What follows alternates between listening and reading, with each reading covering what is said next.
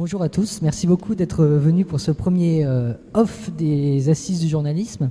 Un off sur... alors, il faut déjà que je vous explique un petit peu ce que c'est que les off des Assises du journalisme. C'est des rencontres qui arrivent en amont des Assises du journalisme qui vont se dérouler donc, au mois de mars, du 13 au 15 mars prochain à Tours, comme chaque année. Et le 16 mars aura lieu le Salon du livre de journalisme. Et donc pour faire vivre cet événement que sont les Assises du journalisme à Tours, on a eu l'idée d'organiser des rencontres autour de thèmes d'actualité, animés par des journalistes locaux et en invitant des personnalités un petit peu de tout l'univers autour du thème dont on parle. Donc c'est organisé par le Club de la Presse Centre Val de Loire, qui est un club qui réunit à la fois des journalistes et des gens qui travaillent dans la communication. Voilà. Donc les Assises du journalisme, juste un petit mot quand même, puisqu'on est dans le cadre des Assises du journalisme, elles auront donc lieu, comme je vous l'ai dit, en mars prochain. Elles seront consacrées à un thème d'actualité, puisque c'est...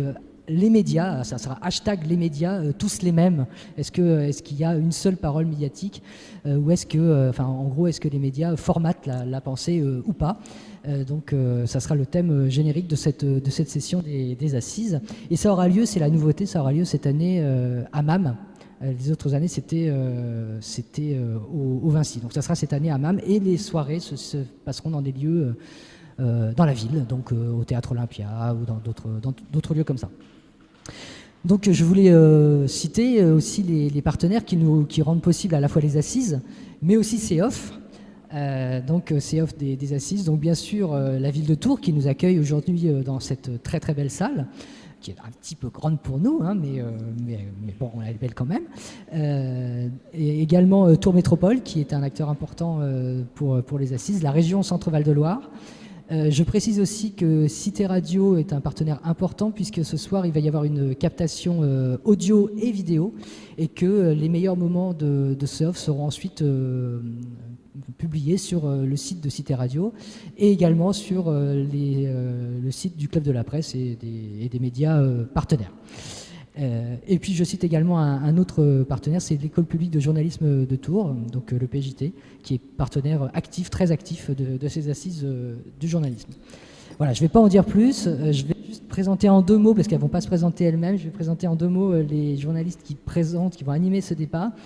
Donc Nathalie Picard, qui est journaliste indépendante, tourangelle, mais qui travaille pour plein de médias dans le domaine de la santé, de l'environnement, de l'éducation. Travaille notamment pour Le Monde, ça m'intéresse, et aussi pour des médias locaux comme La Nouvelle République ou TMV.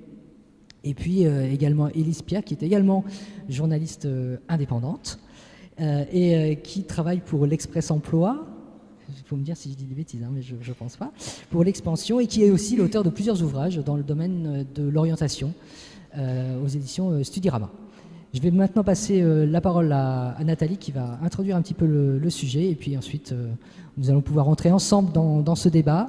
C'est un débat, hein, donc n'hésitez pas à intervenir et à poser toutes vos questions puisque l'idée c'est que tout le monde reparte de cette salle en étant parfaitement au point et en ayant toutes les réponses sur Parcoursup. Bonsoir à tous. Alors Parcoursup, comment ça marche? C'est donc le thème de cette table ronde qui nous réunit ce soir. Donc c'est vraiment un sujet d'actualité pour plusieurs raisons. La première, c'est qu'on est tout juste à J-7 de l'ouverture de la plateforme sur Internet. C'est à partir du 20 décembre que les lycéens et les futurs candidats vont pouvoir consulter la plateforme et y trouver tout un tas d'informations sur les formations post-bac. Un sujet d'actualité aussi pour une toute autre raison, puisqu'on a bien vu là, ces derniers temps les blocages et les manifestations des lycéens qui dénoncent, eux, un système qui organise la sélection à l'université. Donc on a tout un tas de questions à se poser sur ce sujet. Parcoursup, comment ça marche, comment ça fonctionne, comment les formations classent-elles les candidats? Est-ce qu'on est face à un dispositif juste, simple et transparent comme l'annonçait le gouvernement il y a tout juste un an? Donc pour répondre à ces questions, nous avons 4 intervenantes avec nous ce soir. Bienvenue à toutes.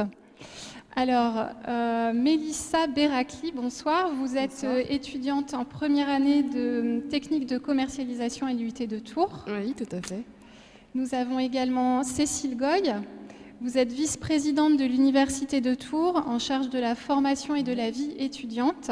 Et donc, vous avez dans votre périmètre l'orientation des jeunes. Nous accueillons également Laura Taillandier. Vous êtes journaliste spécialisée en éducation et jeunesse et vous venez tout juste de quitter la rédaction de L'Étudiant où vous avez suivi de près la politique de l'enseignement supérieur pendant 4 ans, donc la mise en place de Parcoursup. Tout à fait. Et enfin, nous accueillons Marie-Pierre Petit. Vous êtes professeure agrégée d'économie. Vous avez enseigné pendant 30 ans dans l'éducation nationale et aujourd'hui vous êtes formatrice indépendante et co-auteure d'un guide, donc le guide ultime 2019 de Parcoursup. Alors ce soir on vous propose un débat en 2 parties avec 2 temps d'échange avec le public. Donc la première étape dans le parcours du jeune, c'est son orientation et c'est cette orientation qui va l'amener à saisir ses vœux sur la plateforme. Donc cette première partie va être animée par Élise Pierre.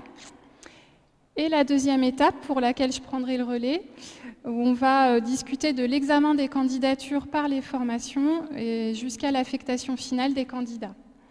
Donc dans 1 semaine, Élise Pierre, c'est vraiment un compte à rebours qui se met en place pour les futurs candidats. Oui, tout à fait. D'ailleurs, en parlant de compte à rebours, je préciserai également que pendant notre duo, Nathalie se chargera du temps, parce que nous avons quand même un timing à tenir, même si les sujets, les questions sont nombreuses sur ce dispositif. Donc, en effet, on est à J-7, ça va être bientôt l'ouverture, et on va découvrir est-ce que c'est uniquement, comme on l'a parfois dit, un algorithme, ou est-ce qu'il n'y a pas autre chose derrière cette plateforme? Donc, qu'est-ce que Parcoursup? On va peut-être commencer par là. Surtout, qui ça concerne? Moi, j'aime bien avec les réflexes journalistiques, avec les 5 W, qui, quoi, où, quand, comment. Donc, on va peut-être commencer par le qui.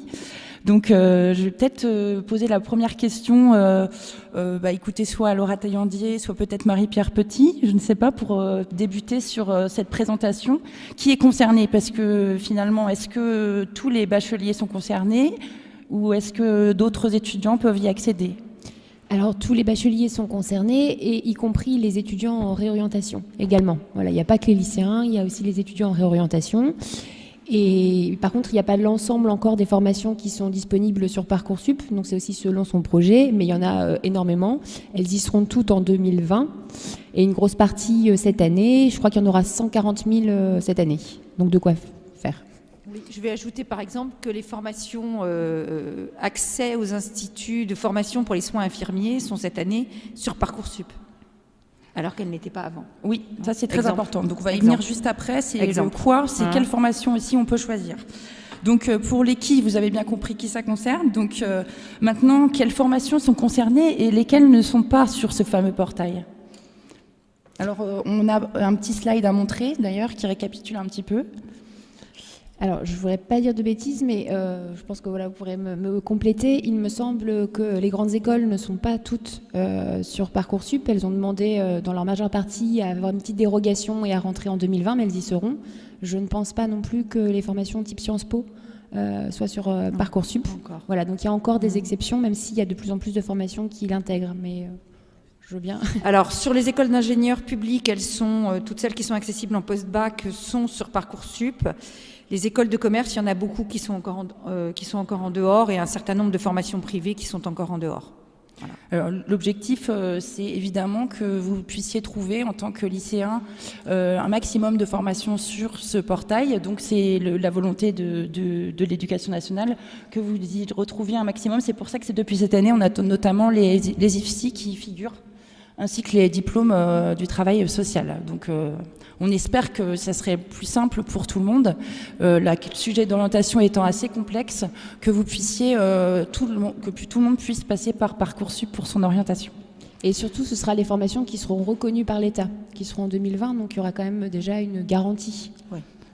Oui, tout à fait. C'est ça qui est important également. Je me mets à leur place, c'est de savoir aussi justement comment on choisit sa formation. C'est vraiment un sujet complexe. En plus, à l'heure d'aujourd'hui où on peut reprendre une formation tout au long de sa vie, on se dit bon, alors là, il faut quand même se lancer. Donc on arrive dans l'année du bac. Comment est-ce qu'on va réfléchir à ce choix d'orientation? On parle de projet professionnel, c'est un mot qui peut faire peur au lycée.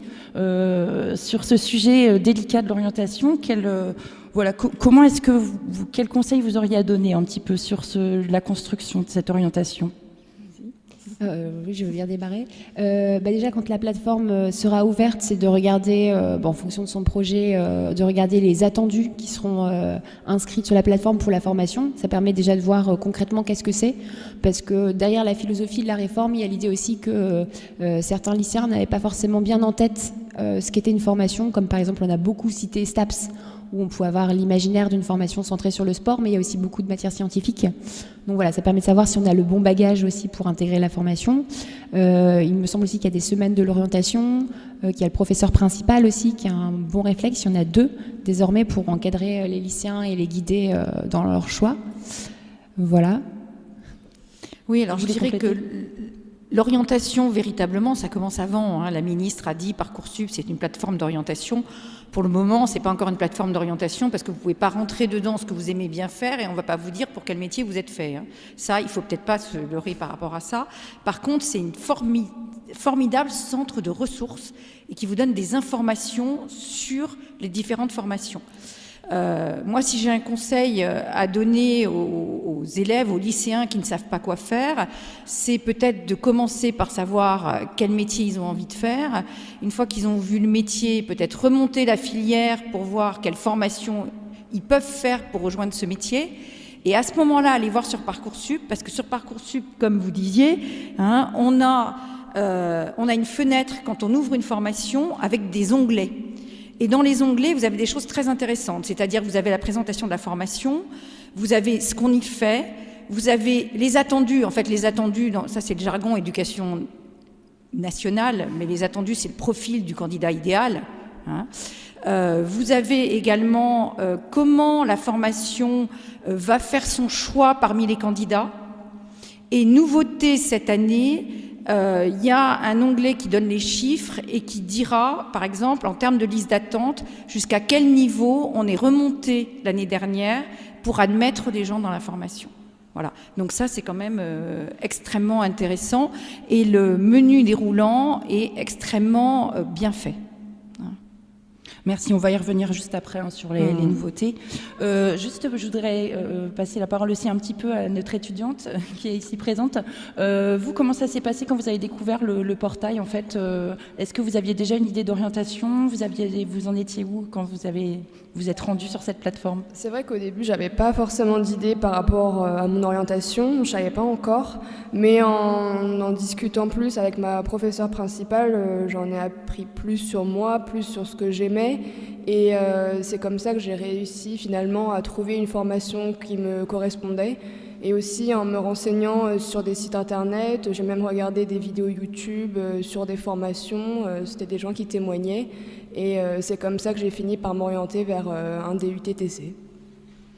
Merci. C'est vrai qu'aujourd'hui, on a énormément de ressources qui sont disponibles, donc sur la plateforme et également les vidéos pour découvrir des métiers. Vous aviez peut-être fait des enquêtes métiers également Non, pas plus que ça. Non. D'accord. Et vous aviez assisté à des journées portes ouvertes également, parce que ça peut être un bon relais également pour... On avait eu un forum qui avait eu lieu donc, dans le lycée, mais après c'est vrai qu'il n'y avait pas forcément toutes les formations, donc on ne savait pas trop où aller. D'accord. Peut-être sur les ressources également, au niveau du rôle de l'éducation nationale, c'est vrai qu'on a des psychologues, donc des conseillers d'orientation qui sont nouvellement appelés donc des psychologues.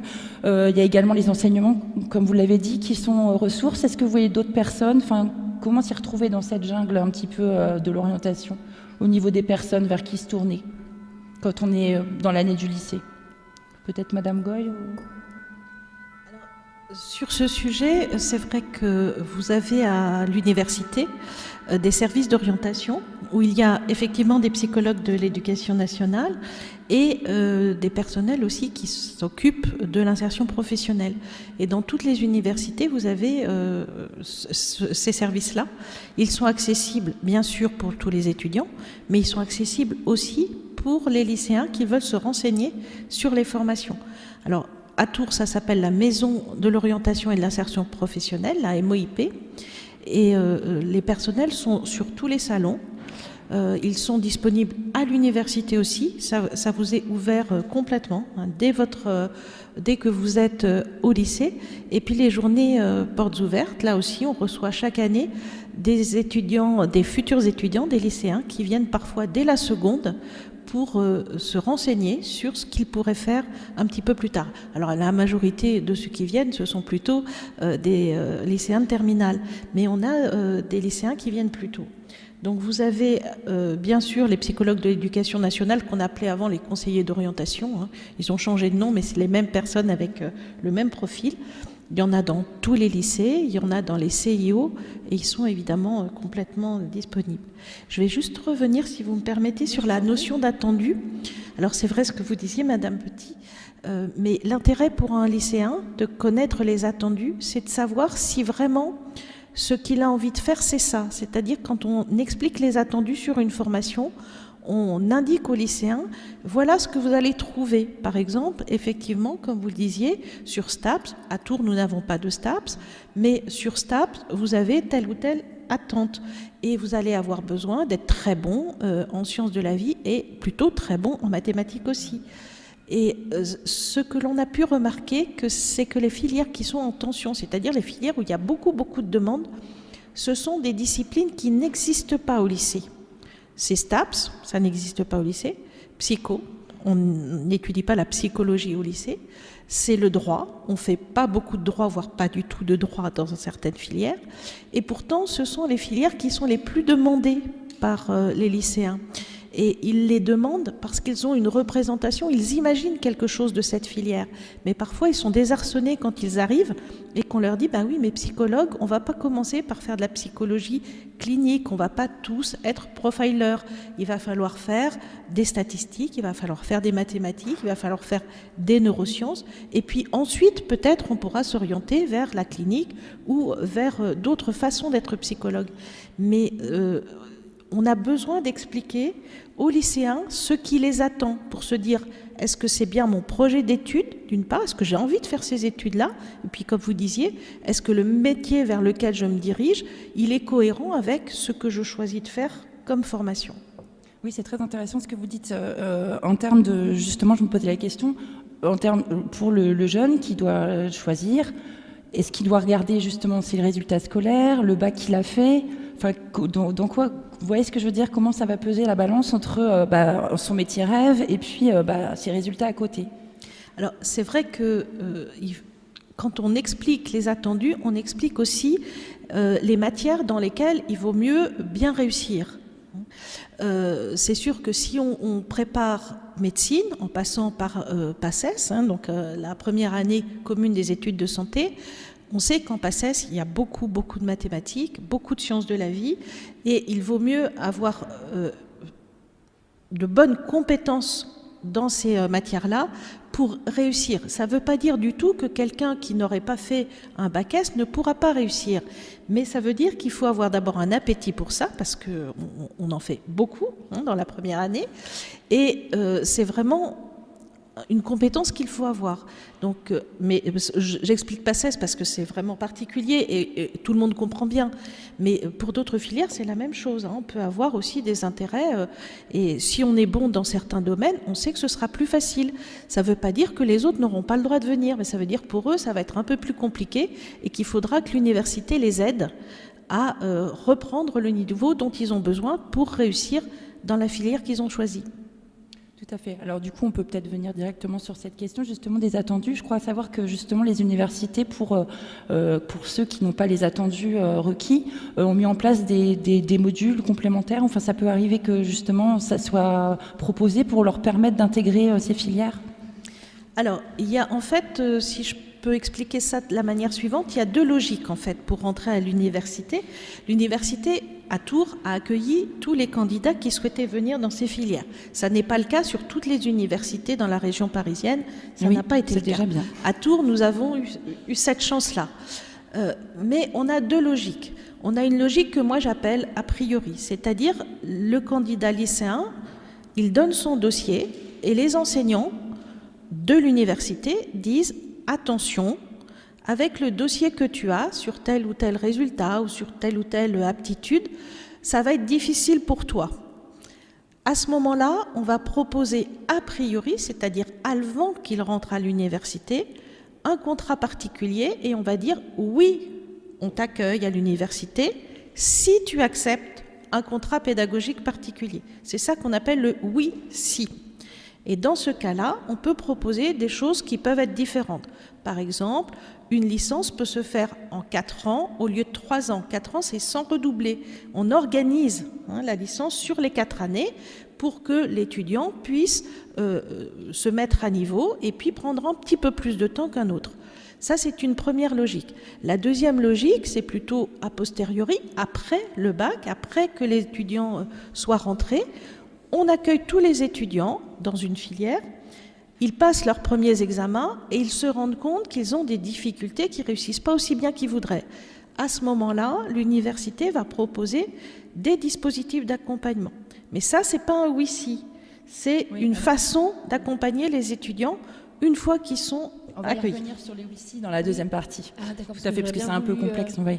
Je voulais juste préciser que pour l'instant, il me semble que, que les WICI sont encore un peu la pièce manquante, en tout cas l'an passé de la réforme. Elles étaient pas, les parcours adaptés proposés par l'université étaient encore peu nombreux, parce que les universités ont dû mettre en place ces parcours très rapidement. Donc il y a peu de WICI. Il y en a 145 000 qui ont été proposés sur la plateforme, ce qui est relativement peu, pour 650 dispositifs.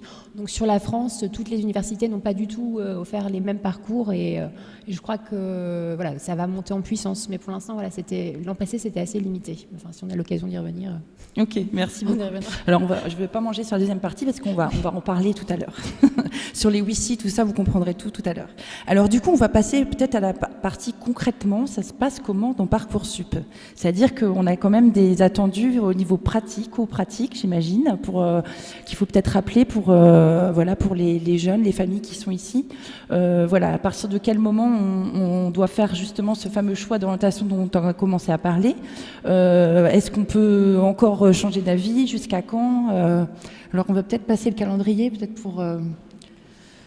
je ne sais pas qui veut nous expliquer un petit peu, au moins, le calendrier.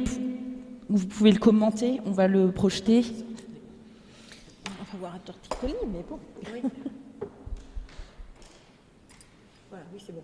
Voilà, alors ça s'affiche. Donc, ouverture le 20 décembre. Alors, qu'est-ce qui se passe le 20 décembre? Qu'est-ce que je peux faire? Je peux m'inscrire. C'est déjà une première chose. Ça, c'est pas très compliqué. Il suffit d'avoir son numéro étudiant qui figure sur sa feuille de notes de première, des épreuves anticipées. On peut s'inscrire et on peut commencer à rentrer ses vœux et ses sous-vœux. Alors, est-ce qu'on explique les vœux et les sous-vœux? Les sous-vœux, on va y revenir peut-être. On peut en parler maintenant, je pense que ça serait bien. C'est-à-dire que le candidat a droit à 10 vœux, je crois. Chaque vœu, selon ce qu'il veut faire, pouvant se décliner en un certain nombre de sous-vœux. Je vais prendre un exemple très simple. Un candidat de filière scientifique qui présente un concours commun à plusieurs écoles, ce concours va compter pour un vœu et il pourra mettre autant de vœux qu'il y a d'écoles dans le concours. Voilà. Si je prends cet exemple-là, vous présentez les INSA ou les UT, il y a 6 INSA, vous avez 6 sous-vœux, vous présentez le concours GEPI Polytech, 25 écoles, vous pouvez mettre 25 sous-vœux si vous voulez. Donc on s'inscrit, on peut rentrer ses vœux, on peut changer jusqu'à mi-mars. Attention quand même à pas faire au dernier moment parce que ça risque d'être un peu saturé sur les dernières heures. Donc il vaut mieux se laisser un petit peu de marge sur la fin. Ensuite, on a à peu près une quinzaine de jours pour valider ses vœux. C'est-à-dire que pour chaque vœu, il va falloir proposer au moins ce qu'on appelle un projet de formation motivé, c'est-à-dire une mini-lettre de motivation qui tient à peu près, alors 1500 caractères, ça fait à peu près une vingtaine de lignes a priori. Hein. Éventuellement, d'autres choses, si les formations le demandent, ça peut être un CV, ça peut être un questionnaire, ça peut être des pièces complémentaires. Et ça, il va falloir le fournir avant le 3 avril. Hein, je crois que c'est le 3 avril. Oui, c'est ça. Oui. Il faudra, cette année, c'est le 3 avril. 3 avril, si on n'a pas validé ses vœux, et c'est assez clair sur la plateforme, hein, il y a quelque chose qui s'affiche quand c'est validé, le vœu tombe. Voilà. Et alors ensuite, ce qui peut se passer, c'est que ça peut ne pas être fini parce que les formations, mais ça on y reviendra après, les formations peuvent appeler pour des épreuves complémentaires ou des entretiens, etc., selon le protocole de recrutement qu'ils ont mis en place. Voilà. On peut peut-être revenir sur l'idée des 10 vœux et avec les sous-vœux. Je ne sais pas si quelqu'un veut se lancer, sinon je veux bien réexpliquer rapidement. En fait, l'idée, c'est que dans les sous-vœux, par exemple, si vous choisissez une classe préparatoire qui a lieu dans différentes villes, vous pouvez la demander dans différentes villes, par exemple la même classe prépa, avec internat ou sans internat, tous ces sous-vœux-là compteront pour un seul vœu, puisque ça sera la même prépa que vous demandez, même si c'est dans une ville différente. Donc ça laisse quand même énormément de choix en termes de choix d'orientation. Mais après, l'idée n'est pas non plus de remplir absolument, je pense, les 10 vœux. Enfin, je ne sais pas, qu'est-ce que vous en pensez? L'idée n'est pas forcément de... Moi, personnellement, je pense que l'idée, c'est de déterminer des parcours plan A, plan B, plan C, plan D. Hein, je reviens sur mon idée des écoles d'ingénieurs, mais ça pourrait être autre chose. Hein.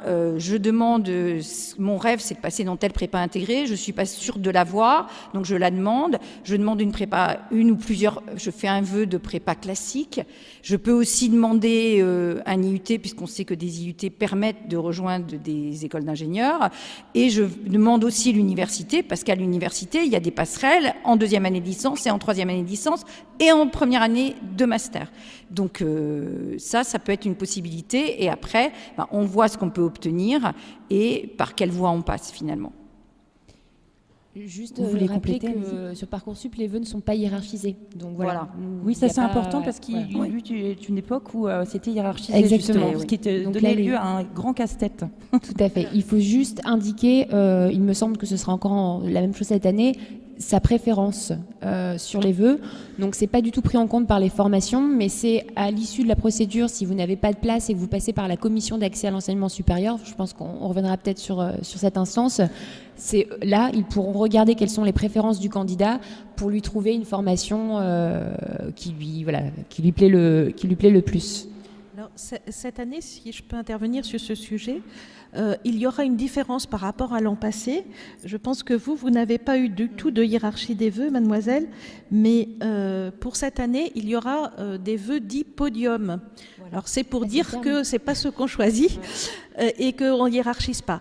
Mais une fois qu'ils auront eu, que les candidats auront eu leur réponse, ils pourront dire, voilà, si je suis pris dans tel ou tel ou tel vœu, comme c'est dans mes vœux podium, ce sont ceux que je préfère, c'est là où je préfère aller, ça va permettre de faire tomber les autres vœux qui finalement ne les intéressent pas tant que ça. Alors c'est un changement important parce que l'année dernière, de ne pas du tout hiérarchiser les vœux, il y a beaucoup de candidats qui ont attendu longuement, voire très longuement, avant de pouvoir monter parce qu'ils étaient sur une liste d'attente. Alors qu'ils allaient être pris finalement, mais on leur a demandé d'attendre parce que d'autres ne s'étaient pas désistés. Et comme il y avait 10 possibilités et on pouvait attendre avec les échéances qui étaient données, c'était quand même très compliqué. Donc ça, c'est une des améliorations qui ont été proposées, où il a été tenu compte des difficultés qui avaient été rencontrées l'année dernière. Et alors, si j'ai bien compris, ça interviendra après les résultats du bac. Hein. Oui. C'est-à-dire que dans un premier temps, on n'y hiérarchise pas, mais après les résultats du bac, on annonce son panier podium qui fait que si on obtient un des vœux du podium, les autres tombent et ça va éviter la guerre des nerfs qu'il a pu y avoir cette année, c'est-à-dire ce contenu jusqu'à la fin. Visible, la plupart, ils ont eu ce qu'ils voulaient, mais il fallait s'accrocher, quoi. C'était voilà. Et on Merci. parlait de comment Oui. construire, de choisir ses vœux. Il y a aussi un fonds à la mobilité qui permet aussi d'envisager des formations en dehors de son académie. Ne pas hésiter à voir ce qu'il est possible de faire si jamais on veut faire une autre formation dans une autre académie. Ne pas s'interdire ce choix. Oui, c'est important. Alors, une fois qu'ils ont fait leurs vœux, finalement, donc il faut qu'ils aillent déposer leur projet de formation, donc qui est, si j'ai bien compris, une mini-lettre de motivation.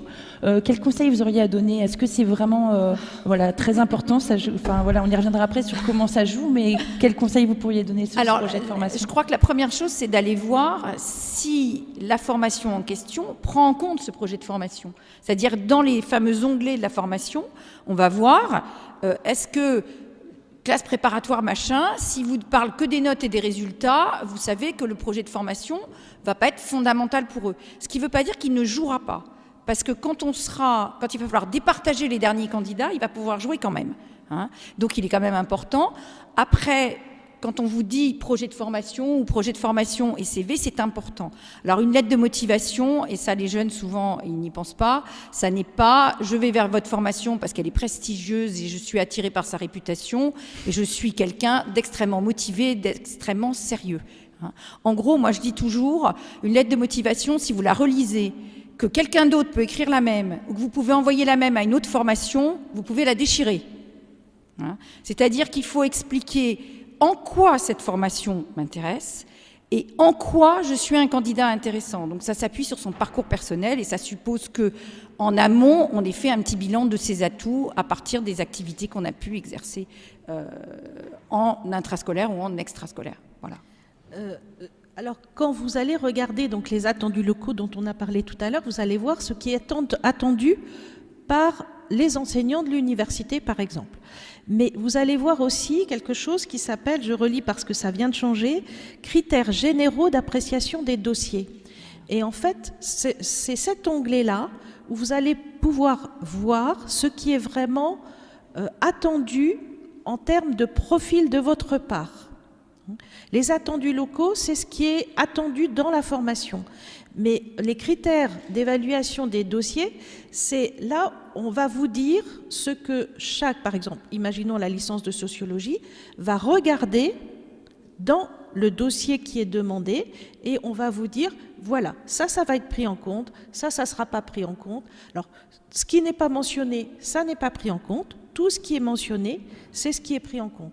Donc, vous allez pouvoir doser, je dirais, votre façon de faire en fonction de ces critères qui vont vous être indiqués.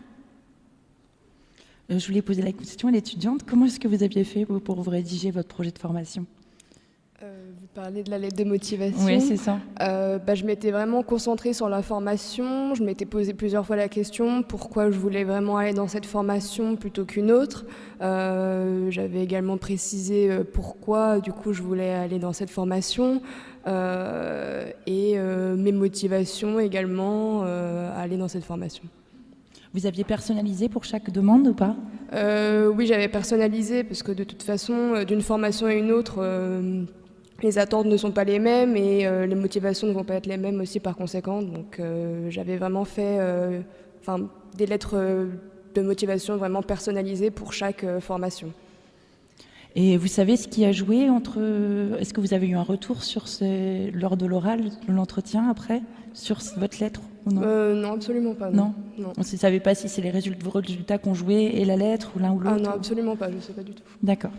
Je voudrais juste préciser que à l'université ou dans la formation que vous suivez, il y a quelques formations sélectives. Ce sont les DUT, ce sont les classes préparatoires intégrées pour les écoles Polytech, à Tours et à Orléans par exemple. Mais hormis ces formations-là, les autres formations ne sont pas dites sélectives. Et la lettre de motivation n'a pas la même fonction. Dans les formations sélectives, comme les DUT ou comme la classe prépa des écoles Polytech, c'est très important cette lettre de motivation. Dans les autres formations, ça peut être moins important. Voilà, je voulais juste expliquer qu'il y avait deux façons, et vous parliez tout à l'heure de l'EPJT, donc de l'école publique de journalisme. C'est une école interne à l'université, puisque c'est le DUT, l'IUT de journalisme, et maintenant ce sera un master. Mais voilà, il y a vraiment une distinction lorsque la formation est vraiment sélective, c'est-à-dire qu'on peut vous dire non. Une formation sélective, c'est une formation où on peut vous dire non. Vous candidatez, on vous dit non, parce qu'on en a pris d'autres. Les autres formations de l'université publique, on ne peut pas vous dire non. On vous dit oui, on vous dit oui si, et puis éventuellement on vous met en attente si la capacité d'accueil est inférieure au nombre de candidats. Moi, j'ajouterais juste une chose, c'est que quand une formation examine votre dossier, elle n'a pas accès à vos autres vœux. C'est très important. Parce que vous pouvez très bien avoir un argumentaire avec une formation. Un argumentaire, c'est un peu démago, ce que je vais vous dire, mais et un argumentaire complètement différent pour une autre. Voilà. Merci. On va garder un petit peu d'éléments pour la suite. Justement, là, on va s'arrêter à la saisie des vœux. Oui, il y a une question.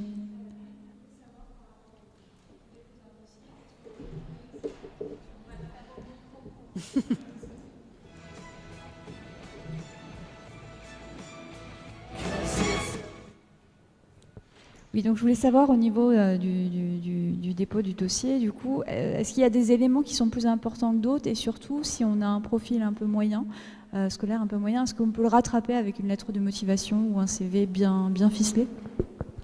Alors, je vais répondre sur les filières de l'université, mais peut-être que Madame Petit pourra répondre, Madame Taillandé aussi. Tout dépend de la filière, en fait. Parce que ce qui va être mis en valeur, par exemple, dans une licence d'histoire de l'art, c'est pas du tout la même chose qu'en STAPS, par exemple, ou en licence de mathématiques. Donc, c'est vrai que la façon de présenter les choses dans un CV ou dans une lettre de motivation peut contrebalancer, mais ça dépend vraiment des filières.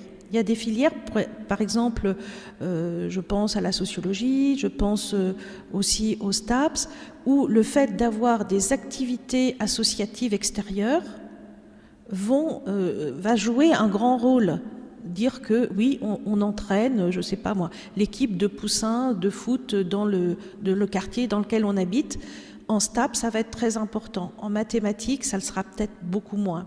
Donc c'est vraiment en fonction de ce qui est indiqué, à la fois comme les attendus de la formation. Si vous voyez qu'on vous dit un élément associatif est important ou un engagement bénévole est important, à ce moment-là, ça vaut le coup de le mettre dans la lettre de motivation.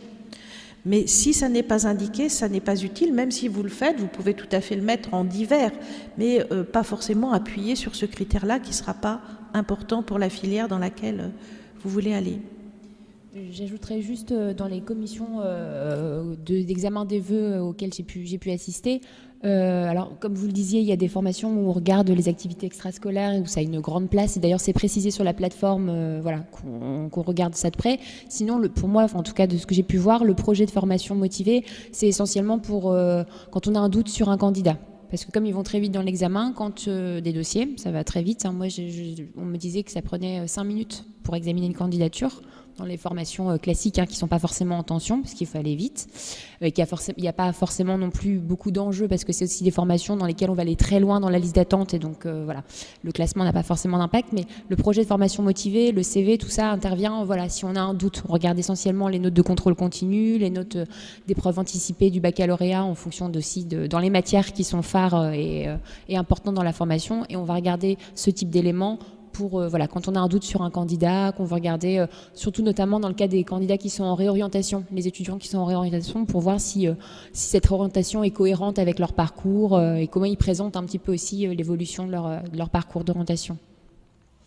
Moi, j'ajouterais qu'il y a quand même deux difficultés. Il y en a une qui n'a pas encore été tout à fait intégrée par le public. C'est que quand on examine les dossiers, on regarde 3 trimestres de première et 2 trimestres de terminale. Donc, il est certain que Parcoursup, bientôt, ça concernera plutôt des élèves. Ça commencera à concerner les élèves en première, qui vont commencer peut-être à se bouger, parce que c'est les 3/5 de l'évaluation qui est faite par les commissions. La deuxième difficulté, c'est mais celle-ci, on la retrouve toujours, c'est que c'est toujours difficile d'évaluer des dossiers sur une photographie.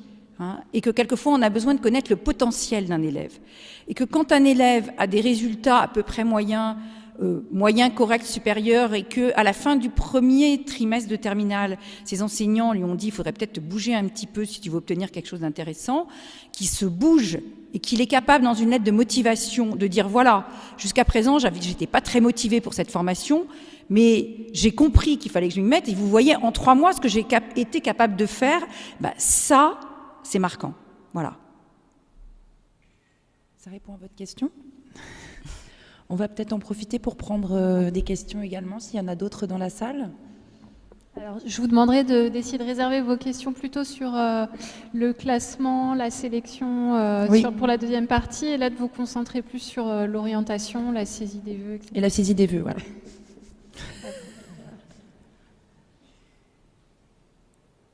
Du coup, il a rangé sa question.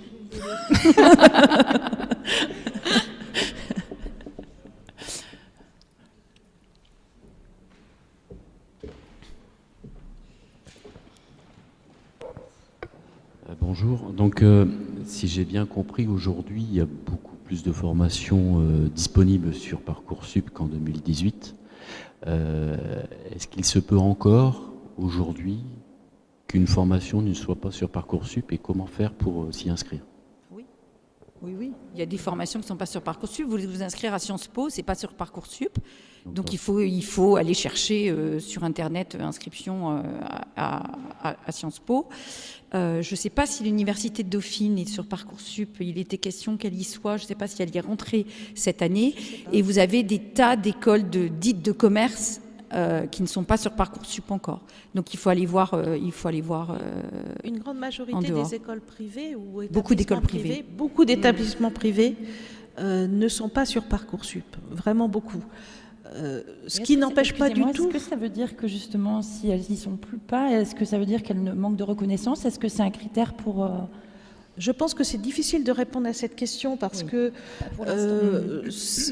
c'est difficile. Il y a des établissements extrêmement prestigieux. Sciences Po, c'est très prestigieux. C'est de très grande qualité, avec beaucoup de rigueur, et c'est pas sur Parcoursup. Alors que d'autres établissements privés ne vont pas y être et peut-être méritent de pas y être non plus. Mais c'est très compliqué.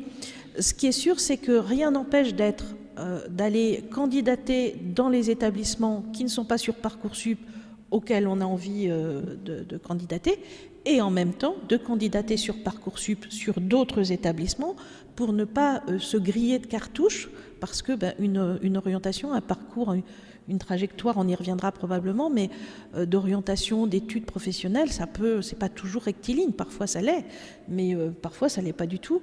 Et rien n'empêche qu'à un moment, on n'est pas pris en Sciences Po, mais on va aller faire des sciences politiques à l'université, et puis l'année d'après, ou en master, on ira enfin si on y arrive. Donc voilà, il ne faut pas se priver d'aller sur Parcoursup, mais en même temps, si on a envie ou besoin d'aller ailleurs se candidater, il ne faut pas non plus se priver de le faire. Et puis il faut dire à la décharge quand même des établissements que c'est une logistique terrible d'examiner les dossiers de Parcoursup, parce que comme chaque candidat fait énormément de vœux, ça leur fait une quantité de dossiers à traiter qui est pléthorique. Alors pour vous donner une idée sur cette question-là, à l'université de Tours, sur les licences générales, nous avons 20 licences générales, c'est-à-dire hors DUT. Avec la PACES, à Tours, nous avions 30 000 vœux. 30 000 vœux, rien qu'à Tours. Donc 20 000 candidats et 30 000 vœux à traiter. Un vœu, c'est un dossier, en fait, un dossier à examiner. Donc ça veut dire 30 000 dossiers à examiner, ce qui est beaucoup. Et par exemple, le Paris Descartes, c'était 67 000 candidatures à examiner l'an passé. Moi, j'ai rencontré un proviseur de lycée il n'y a pas très longtemps qui m'a dit que pour une classe de BTS, il avait 500 dossiers, pour une classe de 30. Juste pour rebondir sur ce que vous disiez sur est-ce que c'est un critère ou pas, le fait que la formation soit ou non sur Parcoursup, quand les formations devront y être en 2020, donc l'année prochaine, pas pour cette promotion-là des lycéens, mais pour l'année d'après, ce sera un critère, je pense, du coup. Mais là, pour l'instant, effectivement, c'est pas... Alors qu'est-ce qu'ils peuvent regarder quand même, la reconnaissance par l'éducation nationale, par les ministères du Travail? Enfin, il faut peut-être leur rappeler quand même. Alors, il y a des critères qui sont des critères, je dirais, un petit peu objectifs, avec une expérience aussi. On connaît la réputation. Je pense que la réputation, c'est important. Alors, quand elle est appuyée, c'est-à-dire par des gens qui ne sont pas intéressés, c'est-à-dire qui n'ont pas d'intérêt à faire valoir telle ou telle formation. Donc les conseillers, les psychologues de l'éducation nationale, ils n'ont aucun intérêt à vous conseiller une formation plutôt qu'une autre. Donc vous pouvez leur faire confiance. Plus les formations sont chères, plus l'intérêt à faire venir des candidats est important. Et ça n'est pas toujours un critère, c'est pas parce qu'une formation est chère que c'est un critère de qualité de la formation. Donc il faut se renseigner, vraiment. Il ne faut pas se dire « Ah là là, c'est formidable, c'est très très cher, donc forcément ça va être génial ». Ce n'est pas toujours le cas. Il y a des formations publiques qui ne sont pas chères du tout et qui sont excellentes. Il y en a d'autres qui sont peut-être un petit peu moins bonnes, ou en tout cas qui correspondent moins à ce qu'un étudiant attend. Il faut savoir que l'université, c'est particulier. C'est aussi une façon de vivre qui est un peu... vivre ses études qui est un peu différente, qui est très différente du lycée. Mais voilà, il faut vraiment se renseigner et faire confiance à des personnes qui n'ont pas d'intérêt, il n'y a pas de conflit d'intérêt. Ils vont vous répondre en leur âme et conscience et de manière la plus libre possible. Moi, je dirais sur les formations écoles qui se veulent opérationnelles, on peut faire une distinction. Les écoles d'ingénieurs, il y a l'homologation de la commission des titres d'ingénieur. Donc ça, on ne peut s'appeler école d'ingénieur que quand on est homologué par la commission des titres d'ingénieur. Ça, c'est le gage de qualité. Les écoles de commerce, c'est plus difficile. Et moi, je conseille toujours une chose, c'est d'aller voir le diagramme du devenir des étudiants. Oui, s'il n'y en a pas, oubliez. Oubliez la formation. Et après, si vous voyez beaucoup d'étudiants qui ne vont pas dans la vie active mais qui poursuivent leurs études, c'est que généralement, ça ne mène pas à grand-chose. Voilà. Ça, c'est un critère. Oui. Merci pour votre réponse très claire et très réaliste. Parce que c'est ce que j'allais dire, d'aller. Surtout aujourd'hui, on a des moyens d'aller interroger les anciens élèves via LinkedIn, voilà, aller voir où est-ce qu'ils sont. Je pense que ça peut être un bon critère aussi pour vérifier les débouchés. Oui. Alors les écoles de commerce dites en 5 ans, il y a quelque chose qu'on peut voir aussi. Si elles recrutent après classe préparatoire ou si elles recrutent sur les concours passerelles tremplin, qui sont les concours post-IUT, BTS, elles ont de la valeur. Si elles vous disent qu'elles ont leur propre mode de sélection, il faut se méfier, parce que très sincèrement, je peux vous dire que pour l'avoir approché, il y a des concours, on ne regarde jamais les copies. On dit aux gens qui sont admis, à partir du moment où ils payent. Et ça existe, malheureusement. Sur le site des universités, vous pouvez trouver, par exemple à Tours, c'est l'Observatoire de la vie étudiante, vous pouvez trouver des indications sur le devenir des diplômés. Diplômés de licence professionnelle, diplômés de DUT, diplômés de master. Et vous pouvez voir quel est le pourcentage de réussite, dans quoi ils travaillent, si le salaire correspond à ce qu'ils attendaient. J'ai un problème avec le micro. Et puis, s'ils ont un métier, une insertion professionnelle en lien avec leurs études, parce qu'on peut avoir une insertion professionnelle, mais être complètement ailleurs que dans le domaine dans lequel on était précédemment. Oui, j'avais entendu la ministre dire qu'elle souhaitait que toutes les formations post-bac apparaissent sur Parcoursup. Est-ce que c'est toujours d'actualité? Est-ce qu'on peut imaginer à l'avenir que Parcoursup intègre toutes les formations auxquelles les élèves peuvent postuler? Est-ce que c'est quelque chose qui est prévu ou elle l'avait dit lors d'une interview? Je sais pas si... Je pense que toutes les formations post-bac ne seront pas sur Parcoursup. Oui, elles ne sont pas, mais est-ce qu'à l'avenir, elle avait émis le souhait que ce soit le cas? Est-ce que c'est toujours d'actualité? Alors, toutes celles qui ont un intérêt, je dirais, public, en fait, une éducation qui se veut publique, c'est-à-dire une mission de l'État, de manière générale. Celle-ci, oui, c'est-à-dire tous ceux qui préparent, par exemple, aussi, on le disait, les infirmiers, mais aussi les éducateurs, les écoles d'éducateurs, mais aussi, vous le voyez, on l'a vu tout à l'heure, tout ce qui est, enfin, un certain nombre d'éléments qui concernent les arts. Donc, il y a des formations, la majorité des formations qui relèvent de critères d'évaluation de l'Éducation nationale et du ministère de l'Enseignement supérieur et de la Recherche, celles-ci, l'objectif, c'est vraiment de les avoir sur Parcoursup.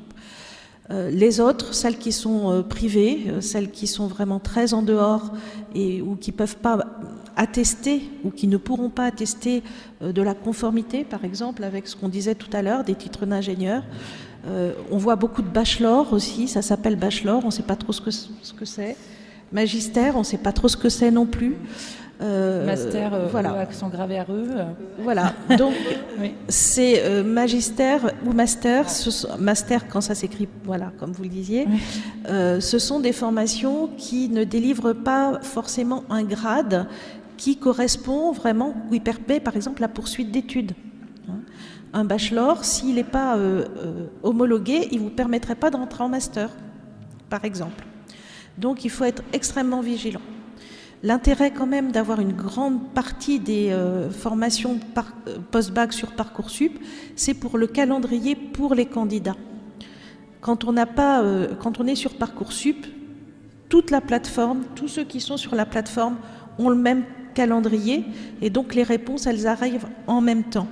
Alors que quand c'est pas sur Parcoursup, le calendrier peut être très différent et le candidat, il attend qu'on veuille bien lui donner quelques réponses alors qu'il en a déjà, mais il attend les autres pour savoir et pour se décider. Pour juste répondre à la dernière question tout à l'heure, en fait, il vaut mieux quand même, si on a par exemple une idée d'aller dans une école spécialisée, par exemple, je vais dire n'importe quoi, dans le digital, qui est très spécifique, il vaut quand même mieux qu'on ait un plan B sur Parcoursup, c'est ça, si jamais on n'est pas pris, c'est ça. Hein. Il vaut mieux quand même s'inscrire dans une formation qui est sur Parcoursup. Pour éviter de se retrouver sur le carreau en septembre, quoi, c'est ça? Tout à fait. Alors c'est vrai que dans APB, précédemment, il y avait ce qu'on appelait les vignettes vertes. Alors c'était pas formidable, mais c'était une façon d'obliger un lycéen à faire un vœu dans une formation qui allait l'accepter. C'est-à-dire qu'il ne se retrouve pas sans aucune formation. Parce qu'il y a beaucoup de passerelles à l'université, mais aussi dans d'autres formations, il y a des passerelles possibles. Le monde ne va pas s'arrêter de tourner à l'issue de son lycée, et parce qu'on n'a pas la première année qu'on veut. Les choses vont se construire et les passerelles existent. Hein. De toute façon, on peut très souvent revenir sur une orientation, changer d'orientation en cours d'année, changer d'orientation à la fin d'une année, et puis on peut avoir des trajectoires qui ne sont pas du tout linéaires, donc il ne faut pas non plus s'inquiéter. Et la question, c'est effectivement sécuriser quand même, si on veut continuer à faire ses études à l'issue du bac, sécuriser en prenant une formation sur Parcoursup dont on sait qu'elle ne sera pas sélective. Si on ne fait que des vœux sélectifs, si on ne fait que des classes prépa, que des DUT sélectifs, eh bien, on peut se retrouver sans rien. Alors, sans rien, c'est pas sans rien à vie, hein, puisque vous parliez tout à l'heure de la commission académique. Donc, c'est le recours à un candidat qui n'a rien eu sur Parcoursup interpelle la commission, c'est-à-dire c'est le rectorat, et la commission regroupe à la fois des gens du rectorat, des universités, et va proposer des solutions aux candidats, mais il est préférable de penser quand même d'avoir dans ces 10 vœux, ou dans ces 20 vœux, si on met des sous-vœux, des vœux où on a des chances d'être pris, parce qu'au moins on restera dans l'enseignement supérieur et rien ne nous empêchera de se réorienter, de revenir peut-être vers quelque chose qu'on n'a pas eu la première année, mais qu'on peut l'avoir la deuxième année. Et j'ajouterais que c'est là que les enseignants de terminale ont leur mot à dire et leurs conseils à donner, parce qu'ils savent très bien quels élèves, avec quel niveau, ont obtenu quelle formation les années précédentes. Ils ont le recul. Donc, s'ils disent à un candidat, je pense que tu vas être un peu juste pour telle formation, il faut que tu en demandes une autre, ou il y a des chances que tu l'obtiennes, mais enfin, fais quand même attention. Hein, et là, ce sont vraiment les bons référents par rapport à ça. Alors, on va, à défaut de changer d'orientation tout de suite, on va changer d'animatrice pour la deuxième partie, justement où on va revenir sur le rôle de cette commission et sur ce qui se passe une fois qu'on a déposé ses vœux sur Parcoursup.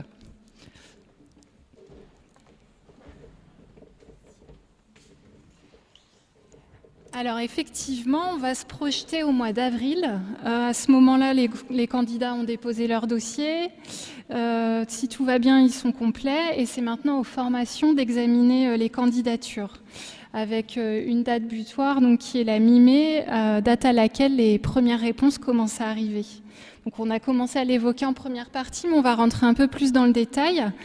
Donc déjà, peut-être une différence importante entre Parcoursup et l'ancien système qui s'appelait APB, c'est donc qu'avec Parcoursup, on supprime le tirage au sort, donc qui était un mode de sélection injuste qui avait été utilisé entre autres pour la filière STAPS, mais il s'avère que le nouveau système fait aussi des mécontents. Alors, Laura Taillandier, je crois que vous avez suivi, vous, les mobilisations étudiantes au printemps dernier. Est-ce que vous pouvez nous expliquer quelle était la principale critique contre la réforme ? Tout à fait. Alors, il y en avait plusieurs. En fait, l'argument donc du gouvernement pour avoir mis en place cette réforme, c'était donc de mettre fin au tirage au sort, effectivement, avec son caractère injuste. Sauf que ce tirage au sort concernait qu'un certain nombre de formations qui étaient en tension. Et donc pour les opposants à la réforme, l'idée était de dire on transforme tout le mode d'accès à l'enseignement supérieur et on parle du tirage au sort qui ne concernait qu'un nombre infime de formations. Voilà. Derrière les arguments, il y a l'idée par exemple que tout le monde doit avoir accès à l'université. Voilà. Déjà qu'il ne doit pas forcément y avoir d'examen, des candidatures, voilà. Mais surtout que un candidat par exemple qui n'aurait pas forcément un très bon niveau scolaire au lycée, pourquoi on ne lui laisserait pas sa chance alors que s'il est dans la filière de son choix, il pourrait peut-être se révéler, être plus à l'aise avec les codes de l'université qu'une formation avec très large au lycée où on a beaucoup de matières et c'est pas forcément ce qu'on a envie de faire plus tard. Donc voilà, ça c'était les arguments. On avait d'autres arguments aussi de dire que parce que on parle de sélection ou non, mais dans les formations en tension, c'est là dans les formations en tension où l'examen des candidatures va vraiment jouer à plein, parce qu'on va classer les candidatures, mais c'est lorsque les capacités d'accueil sont beaucoup moins importantes que le nombre de candidatures que ce classement va vraiment être important. Et j'ai perdu le fil de ce que je voulais dire. Mais oui, voilà, l'argument des opposants à la réforme était de dire augmenter les capacités d'accueil dans les universités, comme ça on pourra accueillir tout le monde et il n'y a pas besoin de classer les candidatures. D'accord. Alors, ça serait intéressant de savoir un petit peu comment ça s'est passé sur Tours. Je crois que vous avez suivi aussi ça de très près. Vous parliez en première partie des 30 000 vœux. Donc du travail aussi, j'imagine que ça nécessite de devoir examiner tous ces dossiers. Alors, est-ce qu'ils ont vraiment été examinés ou pas, ces 30 000 dossiers ? Comment vous avez fonctionné à Tours ? Alors, en fait, ça rejoint ce que je disais tout à l'heure de deux logiques très différentes. D'une logique vraiment d'examen des vœux avec des classements, et puis on accueille tout le monde. À Tours, on a pu accueillir tout le monde de l'académie, tous les candidats de l'académie, dans toutes les filières qu'on voulait, on a pu accueillir tous les candidats de l'académie. Mais on a eu deux façons différentes de faire. La première façon, on a classé les vœux, c'est-à-dire examiné les dossiers des candidats avec l'ensemble des pièces qui étaient indiquées sur la plateforme. Et en raison de cela, et par rapport aux critères qui étaient donnés, il y a eu un classement. Ce classement a généré donc une liste avec des étudiants qui étaient rangés. Et puis, il y avait une capacité d'accueil, par exemple, on va dire de 250. Il y avait 1500 vœux, 250. On les a acceptés avec des oui ou avec des oui-si. Et puis, on leur dit, vous êtes pris si vous voulez venir. Le candidat dit oui, je viens, ou non, je ne viens pas parce que j'ai eu autre chose qui m'intéresse. C'est un peu plus compliqué, mais ça veut dire ça. Et donc, quand la place est libérée, c'est le suivant qui remonte et à qui on dit oui ou oui si. Donc ça, c'est une première façon de faire. Il y a une seconde façon de faire.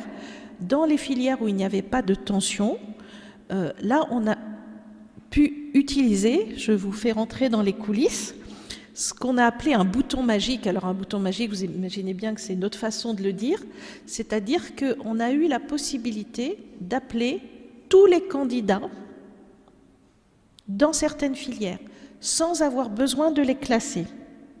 Par exemple, en sociologie, alors ce sont des choix qui sont pratiques et aussi un peu idéologiques. Il peut y avoir aussi un point de vue sur l'éducation dont vous parliez tout à l'heure. Donc on a des filières qui ont dit, on a 1000 candidats, mais on sait qu'on n'en aura pas tellement plus que nos 200 de capacité d'accueil. Donc on prend le risque et on appelle tous les candidats. Et donc là, il n'y a pas eu de classement pour cela. Donc il est vrai que pour ces filières-là, les dossiers n'ont pas été forcément examinés. Mais il n'y a pas eu de critères non plus. C'est-à-dire que la seule chose qui était sur la plateforme, c'était les attendus nationaux. Il n'y avait pas d'attendus locaux et il n'y avait pas de critères d'examen des dossiers, si ce n'est ceux qui étaient obligatoires par le ministère. C'est tout. Et donc là, on a pu appeler tout le monde. Est-ce que les dispositions seront les mêmes cette année ? Probablement, alors peut-être pas dans les mêmes filières, parce que à Tours, en tout cas, on a eu en langue étrangère appliquée, LEA, on a voulu accueillir tout le monde et on a eu beaucoup de candidats et on a dépassé les capacités d'accueil. Quand on utilise ce bouton magique, le ministère nous dit « vous le faites, mais vous n'aurez aucun moyen supplémentaire ». Donc il faut faire avec ce que l'on a. Et le problème des capacités d'accueil, mais aussi l'intérêt des capacités d'accueil, c'est qu'il faut avoir des enseignants à mettre devant les étudiants, il faut avoir des salles pour les accueillir, il faut des tables pour qu'ils puissent s'asseoir, et on a des considérations de sécurité, mais aussi de conditions d'études. Donc quand on met une capacité d'accueil, c'est qu'on dit, si on dépasse cette capacité d'accueil-là, ça va être difficile de bien accueillir les étudiants. Et en LEA, il s'est trouvé qu'il y a eu tellement de demandes et tellement d'étudiants qui ont accepté qu'on a dépassé la capacité d'accueil, ce qui a posé des problèmes. Alors évidemment, on a géré les choses, hein, on a essayé d'accueillir au mieux, mais comme nous n'avions pas de moyens supplémentaires financiers, eh bien, il a fallu prendre ailleurs pour pouvoir permettre à ces étudiants d'être bien accueillis quand même.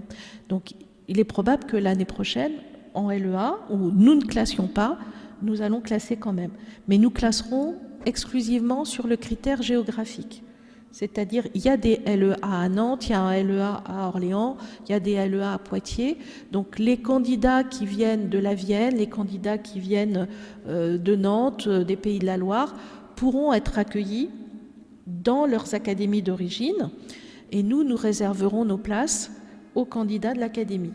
Nous gardons quand même toujours un petit quota d'hors secteur, parce que la vie d'un jeune entre 18 et 21 ans peut changer pour des raisons, voilà, et ils peuvent avoir, je sais pas moi, être à Nantes et avoir besoin de venir étudier à Tours, et on doit pouvoir quand même les accueillir malgré le fait qu'ils ne venaient pas d'un lycée de l'académie. Mais on reste très prudent sur ces éléments-là. Laura Taillandier, vous me parliez justement de l'université de Nantes. Je crois que ça a été particulièrement tendu l'année dernière sur la sélection dans cette université. On avait évoqué Nantes sur un autre sujet, c'est qu'ils ont expérimenté, je pense que c'était pour ça que je vous ai dit ça, ils ont... Ah non. Oui, sur la sélection, le refus de sélectionner. Parce qu'effectivement, il y a eu les mobilisations donc, étudiantes qui ont commencé dans les universités, et ensuite il y a eu aussi les mobilisations des personnels et des enseignants, voilà, qui n'ont pas forcément voulu prendre part aux commissions. Et à l'université de Nantes, il me semble que justement les personnels ont refusé de participer et que voilà, il y a eu des nouvelles commissions qui ont été nommées d'office et présidées par le président de l'université. Voilà. Mais bon, c'est un cas particulier. La solution a été résolue, mais c'est vrai que ça a été tendu dans certaines universités où il y a des enseignants qui refusaient de classer les dossiers. Et la solution a été trouvée lorsque les capacités d'accueil, c'est ce que vous disiez, voilà, quand on savait qu'on pouvait accueillir l'ensemble des étudiants, on n'opérait pas de classement et on appelait tout le monde sur liste d'attente. Et alors du côté des étudiants, des lycéens, peut-être vous, Mélissa Berakli, vous pouvez nous expliquer, est-ce que ça, pour vous, ça a été angoissant de la mise en place de ce système Pour ma part, je dois avouer qu'à ce niveau-là, j'ai pas eu trop de problèmes, dans le sens où au niveau de la formulation de mes vœux, tout s'est très bien passé. C'est vrai qu'il y a eu une période qui était un petit peu stressante, donc c'était pendant le bac. On ne savait pas encore où on allait atterrir, entre guillemets. Mais comme j'ai dit, donc pour ma part, j'ai pas eu de problème. Mes vœux ont été directement acceptés, dont celui que je voulais absolument. Je l'ai accepté directement pour pouvoir ensuite libérer des places pour les personnes qui, elles, étaient en liste d'attente. Mais j'ai éprouvé aucun problème par rapport à ça. D'accord. Juste sur la question peut-être du ressenti, on a fait un baromètre à l'étudiant à la rentrée. Alors c'est un baromètre, hein, c'est pas un sondage, donc l'échantillon n'est pas du tout représentatif parce qu'on a dans nos lecteurs, on a beaucoup plus de bacheliers généraux et dans les bacheliers généraux, c'est essentiellement, il y a plus d'élèves qui viennent de la filière S, donc c'est un public spécifique. Parce que ce qui est compliqué avec Parcoursup, c'est de savoir si les lycéens sont satisfaits ou non, vu qu'ils ne mettent pas la hiérarchisation, leur vœu préféré. On ne sait pas si, au final, même s'ils ont une place, si finalement ils sont satisfaits de la place qu'ils ont eue. Donc nous, on leur a posé la question, et puis aussi avoir leur ressenti sur la procédure. Ce qui ressort donc de ces lecteurs-là, c'est qu'ils sont à 58% à avoir eu leur vœu préféré. Donc voilà, une bonne majorité. Mais même globalement, quand ils ont eu leur vœu préféré ou un vœu de leur top 3, ils mettent tous en avant le caractère stressant de la procédure. Donc il y a des exceptions, etc. Mais le fait d'être resté en attente très longtemps a été vécu de manière très stressante parce qu'il y avait aussi les lycéens avec qui on était. Eux, ils ont été acceptés. Pourquoi moi, je ne suis pas acceptée? Je suis toujours en attente. Et ils ont un dossier scolaire qui est même moins bon que le mien. Enfin, il y a, voilà, toute cette lenteur de la procédure donc, qui va être aménagée cette année. Le ministère va essayer de corriger justement cette lenteur. Mais cette lenteur a vraiment généré du stress. Et le fait qu'il n'y ait pas, on pourra y revenir après, mais sur les algorithmes locaux, ce qu'on a qualifié d'algorithmes locaux, mais le fait que ce ne soit pas forcément très transparent et que les étudiants n'aient pas forcément connaissance de ce qui avait été regardé dans le détail dans leur dossier, a suscité aussi de l'incompréhension. Voilà, c'est ce qui est ressorti dans les témoignages qu'on a pu recevoir à l'occasion de ce baromètre. Marie-Pierre Petit, vous, je crois aussi que vous accompagnez des lycéens dans le cadre des Cordées de la réussite. Est-ce que c'est des jeunes qui étaient aussi amenés à formuler des vœux sur Parcoursup? Oui. Moi, j'accompagne des lycéens dans le cadre de l'association Tremplin qui intervient dans la région parisienne dans le cadre des Cordées de la réussite. D'une part, j'interviens dans les lycées, je suis intervenue depuis 15 jours dans les lycées dans lesquels j'ai pu intervenir. C'était un petit peu difficile pour faire des conférences justement sur l'orientation, plus particulièrement dans les filières scientifiques, puisque c'est la vocation de l'association Tremplin. Et ensuite, durant les vacances d'hiver, j'ai une journée préparation aux épreuves de motivation. Donc, projet de formation motivé et éventuellement CV et entretien, parce qu'il ne faut quand même pas oublier qu'il y a un certain nombre de formations qui, entre la clôture du système, c'est-à-dire le 3 avril et le 15 mai, vont appeler les candidats à des épreuves complémentaires. Alors, soit parce qu'elle l'affiche directement, et ça, c'est ce qui existait avant, c'est-à-dire qu'il y a des épreuves académiques, des entretiens de motivation individuels, collectifs, etc., ou assortis d'un questionnaire même, quelquefois aussi, soit parce qu'elle décide de faire venir un certain nombre de candidats et de les rencontrer en face à face. Donc voilà, dans le cadre de cette association, je prépare les candidats à ces épreuves-là. Avec donc on parlait là à l'instant du fait que les vœux ne sont plus hiérarchisés. Est-ce que du coup ça génère une augmentation des listes d'attente? Et puis on peut s'imaginer que du coup c'est un système où les très bons élèves vont être pris partout, donc vont bloquer les places, et puis que les élèves aux moins bons résultats, eux, vont se retrouver à être dans l'attente, dans le stress, davantage qu'avec l'ancien système peut-être. Qu'est-ce que vous en pensez?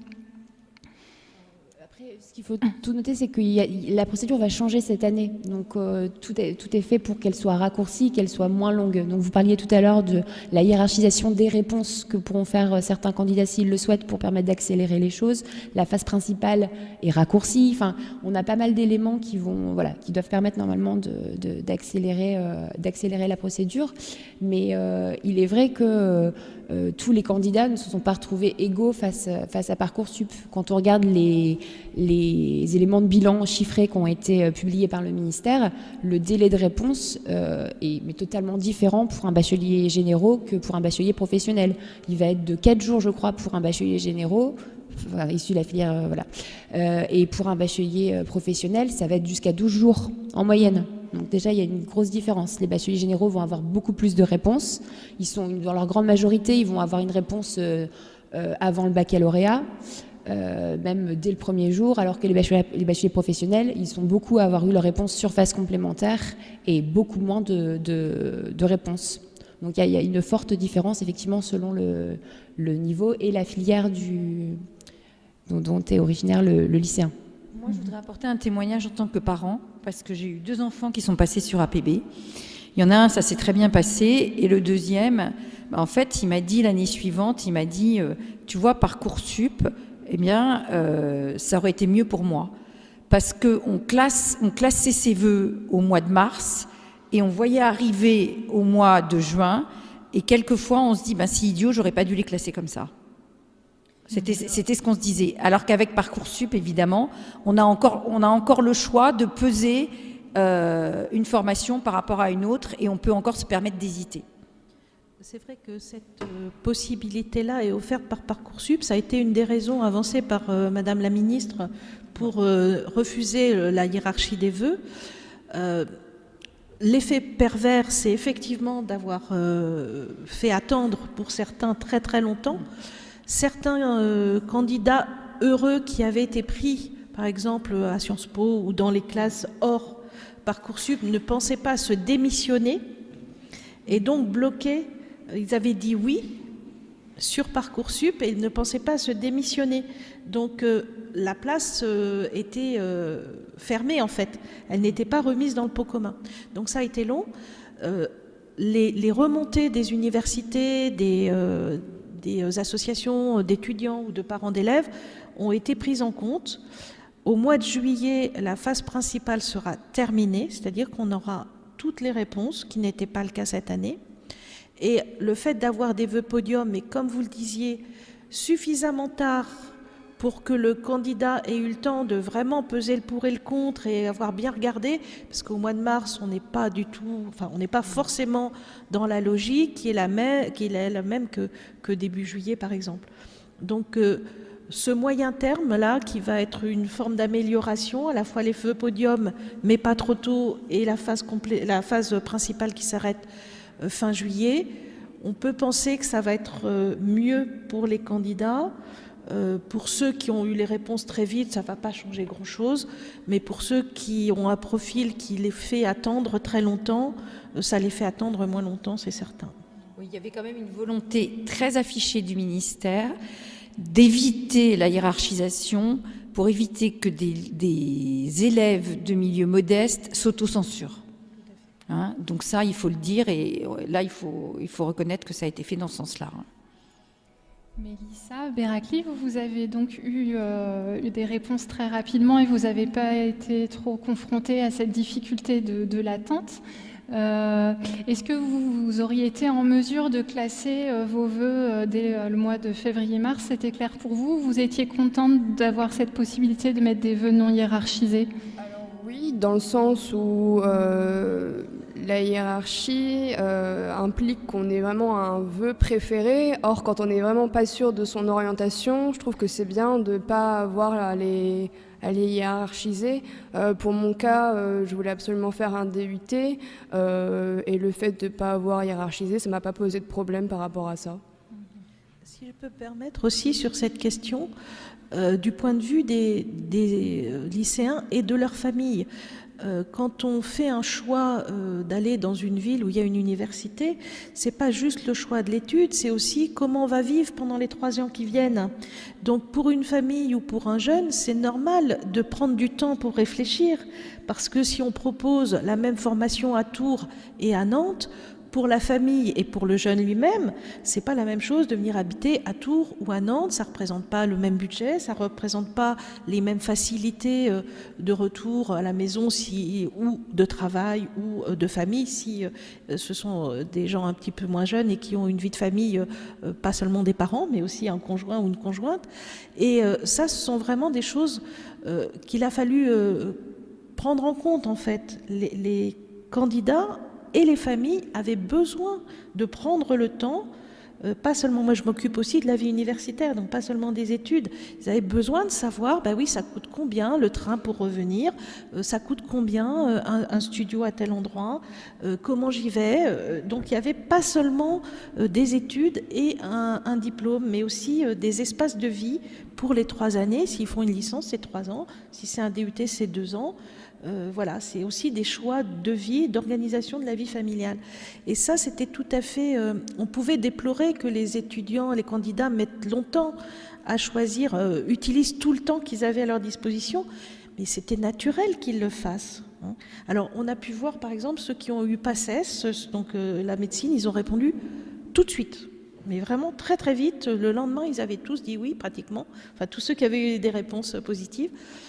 Mais pour d'autres, c'était un peu plus compliqué.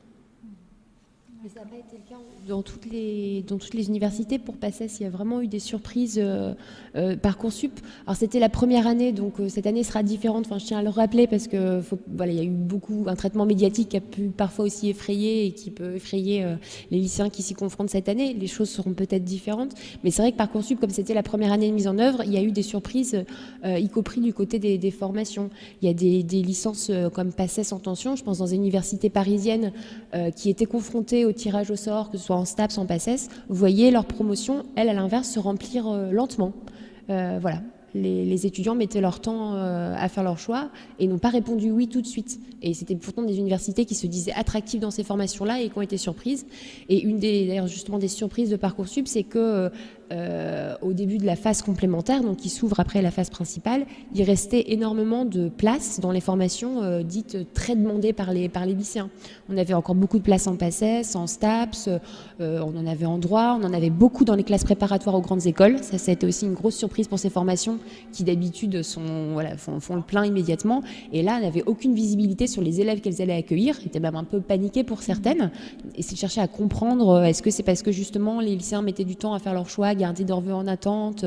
Ils avaient aussi la possibilité l'an passé de s'inscrire et de conserver des vœux en attente, ce qui me semble va être révisé cette année. Donc voilà, donc ils se sont interrogés, mais il y a eu vraiment des surprises.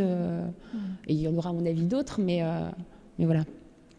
Alors une autre différence qu'il y avait entre APB et Parcoursup, c'est donc si j'ai bien compris, APB, il y avait 3 phases d'admission, une réponse à chaque fois.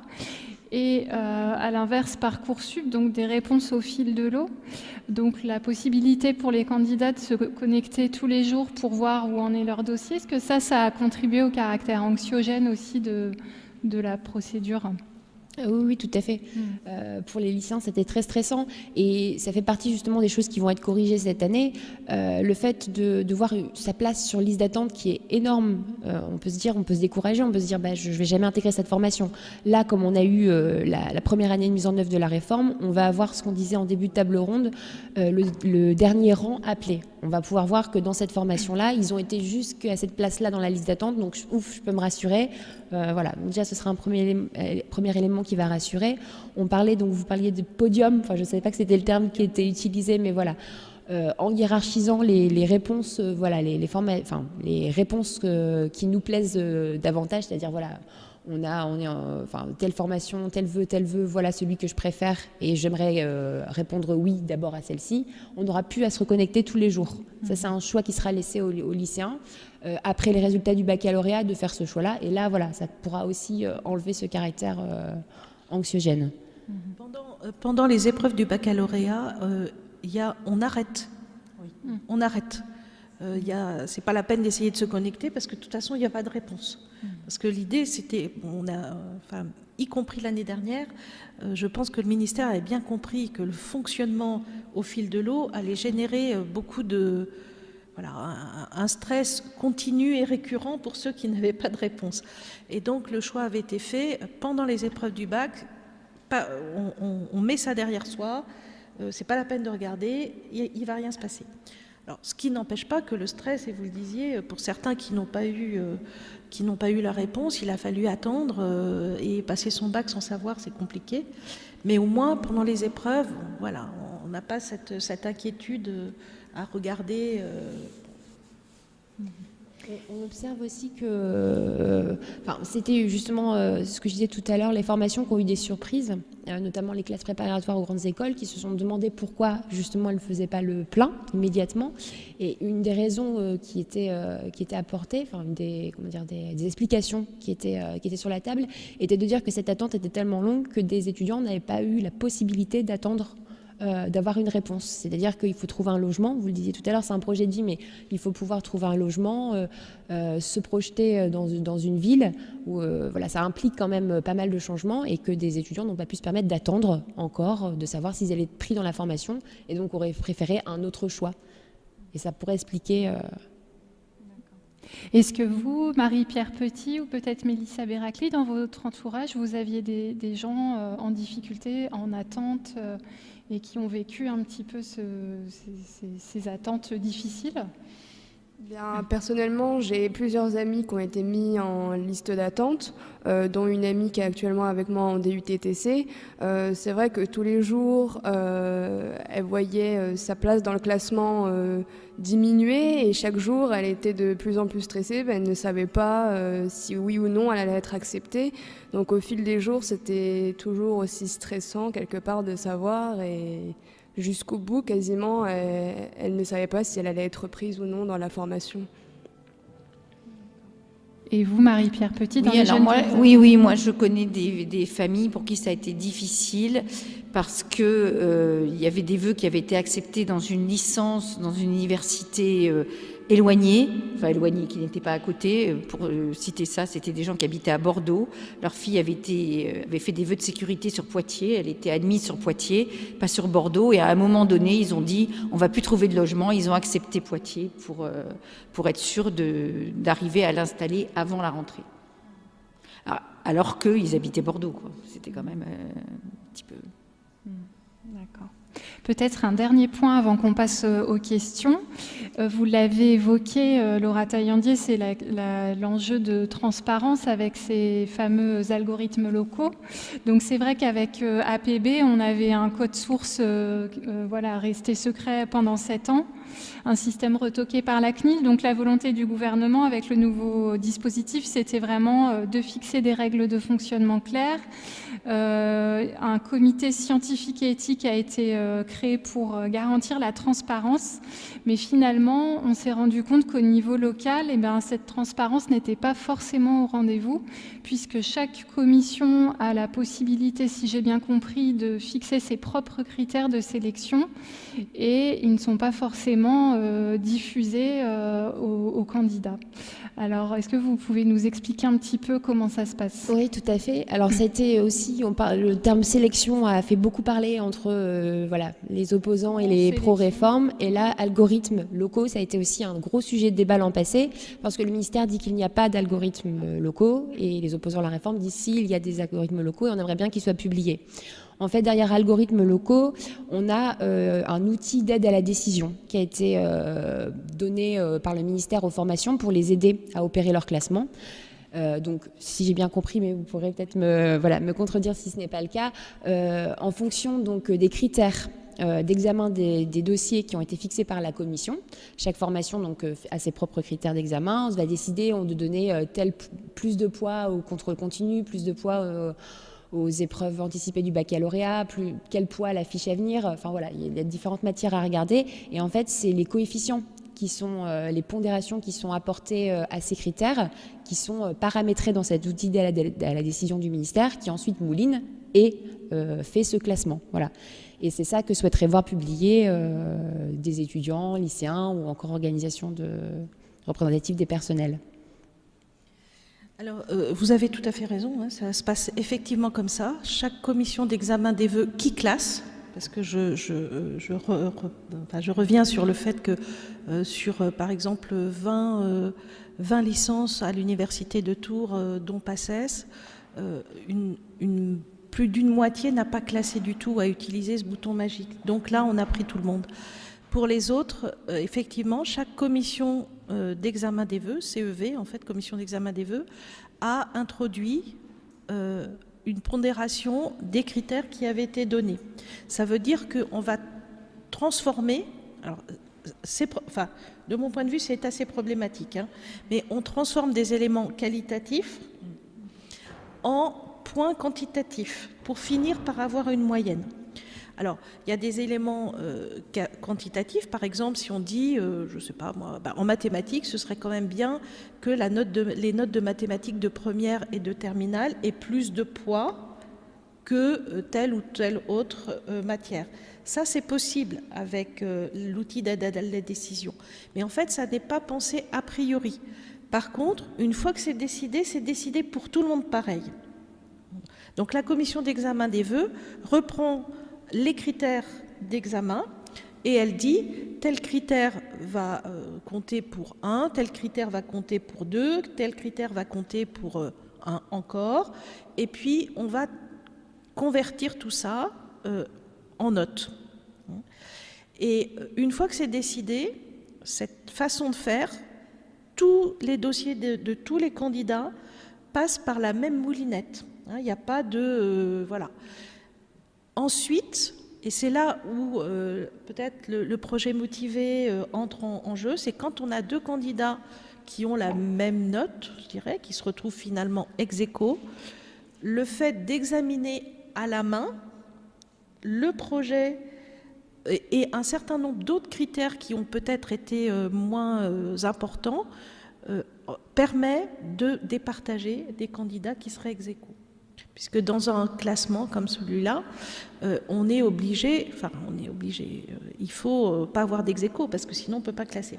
Alors, il faut quand même savoir que les capacités d'accueil, quand on les fixe, ça veut dire que le ministère ne peut pas nous obliger, nous, universités, à aller au-delà. Ça peut se faire, mais dans la négociation. Par contre, nous, universités, nous pouvons choisir de prendre quand même plus de candidats. Ça a été le cas à Tours. En psychologie, nous avions mis une capacité d'accueil de 460. Au vu du grand nombre de candidats, et notamment de candidats de l'académie, de la psycho, il n'y en a qu'à Tours, il n'y en a pas en Orléans dans l'académie. Donc, si nous voulions prendre en compte tous les candidats de l'académie, il fallait aller au-delà. Donc, on a monté la capacité d'accueil à 600, mais on a eu des moyens supplémentaires. Et au 31 août, on s'est rendu compte qu'il y avait 6 candidats malheureux qui restaient sur le bord de la route et on s'est dit, on va aller jusqu'à 606 et on prendra les 6 qui restent. Ça, on a la possibilité de le faire. Donc, ce ne sont pas des algorithmes, effectivement, parce que ce n'est pas a priori décidé par quelqu'un d'autre ailleurs. Hein. C'est vraiment la commission d'examen des vœux qui... paramètre l'outil d'aide à la décision.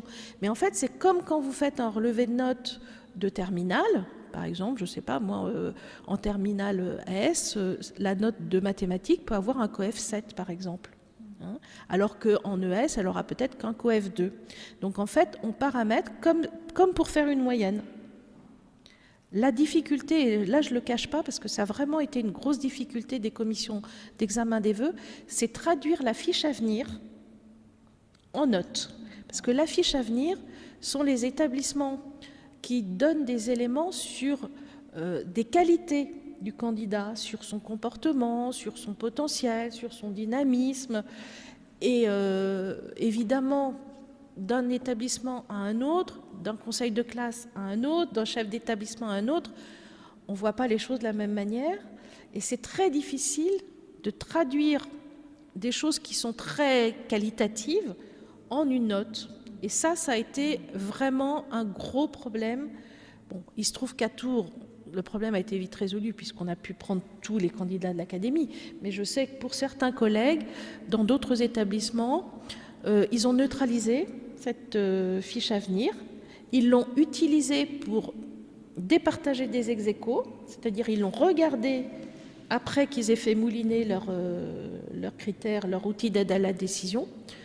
Mais ils avaient beaucoup de mal à le faire rentrer comme critère, parce que c'est vraiment difficile, quoi. Enfin, On va laisser peut-être un petit temps pour quelques questions avant de conclure.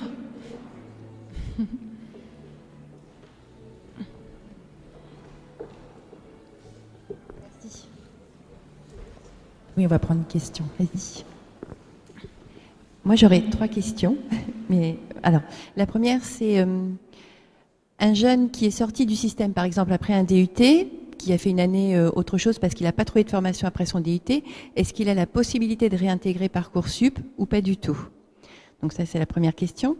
La deuxième question, c'est quand vous dites, par exemple, en psychologie, on avait une capacité d'accueil de 460 élèves, on en a accueilli tous, c'est formidable, mais au bout du compte, est-ce que ces 606 élèves auront à la fin du travail? C'est ça la question, parce que c'est joli tout ça d'accueillir tout le monde, mais au bout du compte, il y a quoi?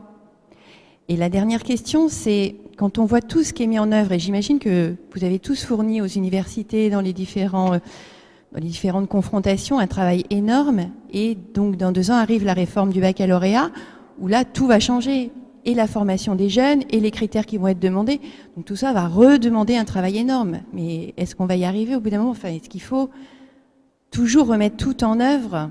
C'est compliqué. Voilà, merci. Alors, on peut peut-être démarrer par la première, donc cette question des jeunes en réorientation, comment ça se passe? Alors, s'ils veulent redémarrer sur une première année, oui, ils peuvent repasser par Parcoursup. Il faut bien se renseigner, parce que c'est vrai que ça dépend des formations dans lesquelles ils veulent candidater. Pour d'autres, il peut y avoir aussi des validations d'acquis, donc auquel cas il ne faut pas passer par Parcoursup, mais il faut aller se renseigner auprès des filières pour voir comment ils pourraient bénéficier de validations d'acquis pour peut-être ne pas avoir besoin de faire la totalité. Ça, c'est un premier élément. Quand je dis on a pris tout le monde, on avait plus de 3000 dossiers en psycho, donc, et on en a pris 606. Ça veut dire qu'on a pris les 606 qui, au final, voulaient vraiment venir et ont dit oui et sont restés jusqu'au bout.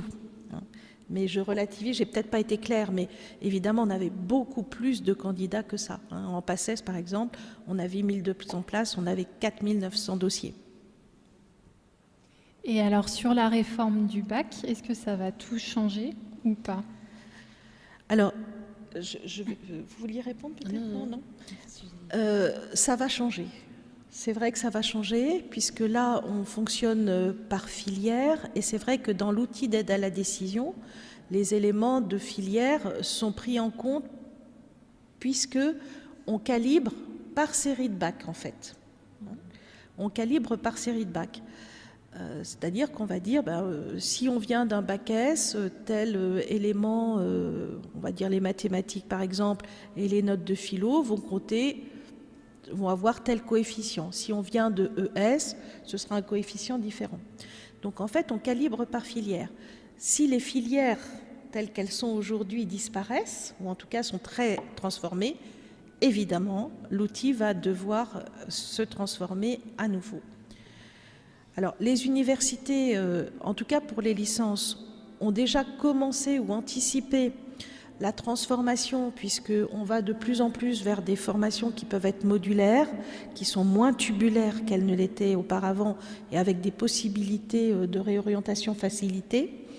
Donc, l'université a pris en compte et commence à prendre en compte, alors c'est différent selon les lieux, puis c'est différent aussi selon les traditions ou les cultures disciplinaires, parce qu'il y a des cultures disciplinaires qui sont très particulières, enfin en tout cas qui sont très ancrées dans une histoire, et c'est difficile de les faire changer parfois.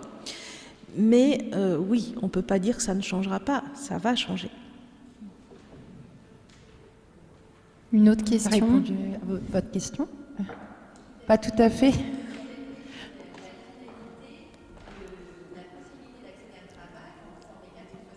Sur les débouchés. Sur la question sur les débouchés. Oui, c'est vrai que l'insertion professionnelle, c'est un vrai problème. Enfin, c'est un vrai problème. Ça ne veut pas dire que c'est forcément difficile, mais il faut qu'on se pose le problème. 600 qui rentrent à l'université en première année de psycho, ça ne fera pas 600 psychologues. On est bien d'accord. Il y a des choses différentes. Il y a le métier vers lequel ils veulent aller, et puis les compétences qu'ils vont construire pour faire peut-être un autre métier. Il y a des étudiants qui viennent en psychologie parce qu'ils veulent avoir le titre de psychologue. Ceux-là vont certainement continuer sur des masters de psychologie. Il y en a d'autres qui veulent faire de la psychologie parce que ça les intéresse et parce qu'ils se destinent, par exemple, au métier de l'enseignement. Ils veulent devenir professeurs des écoles. On rentre en master de professeur des écoles Bac plus 4, donc ils font une licence de psychologie parce qu'ils pensent que ça va les aider dans leur futur métier. Il y en a d'autres qui le font pour d'autres raisons, ils veulent devenir criminologues, ils veulent faire autre chose. Donc en fait, rentrer dans une filière d'études et avoir une insertion professionnelle, c'est pas automatique en fait.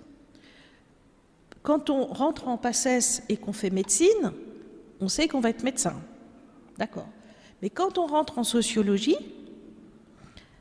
à part être chercheur en sociologie, il n'y a pas de métier de sociologue en fait. Si, être chercheur en sociologie. Mais par contre, utiliser son master de sociologie pour travailler dans une activité territoriale, pour faire de l'audit social, ça ce sont des choses qui sont tout à fait possibles. Donc c'est vrai qu'il faut qu'on se préoccupe de l'insertion professionnelle et c'est aussi la raison pour laquelle on a des capacités d'accueil. C'est-à-dire, ça ne sert à rien de prendre 1200 jeunes en psychologie si on sait qu'on ne peut pas les accompagner jusqu'au master, puisque maintenant le master est conditionnel aussi, et puis qu'à l'issue de leur formation de master, s'ils veulent aller en master, ils auront du mal à trouver du travail. Donc en fait, on calibre nos capacités d'accueil de licence avec, je dirais, cet objectif-là qui est qu'est-ce qu'ils feront s'ils obtiennent tel ou tel master et combien ils seront. Alors, il y en a qui arrêtent avant, mais ce n'est pas forcément qu'ils ont échoué. Par exemple, en sociologie, ils viennent en première année, puis ils préparent le concours d'assistant social, le concours d'éducateur, et ils partent en cours de licence, et ils ont utilisé leur première année pour réussir leur concours. Donc, il ne faut pas, je dirais, il ne faut pas avoir peur, mais c'est de la responsabilité, vous avez raison de nous interpeller là-dessus, des établissements, de dire, ben oui, vous êtes 1200 à vouloir venir, mais si on vous prend tous, ça ne sera pas possible pour vous tous. Et donc, même pas pour ceux pour lesquels ce serait possible. Donc, il faut vraiment qu'on calibre bien les choses. Vous avez raison. Merci beaucoup d'avoir répondu. On prend une dernière question, peut-être ?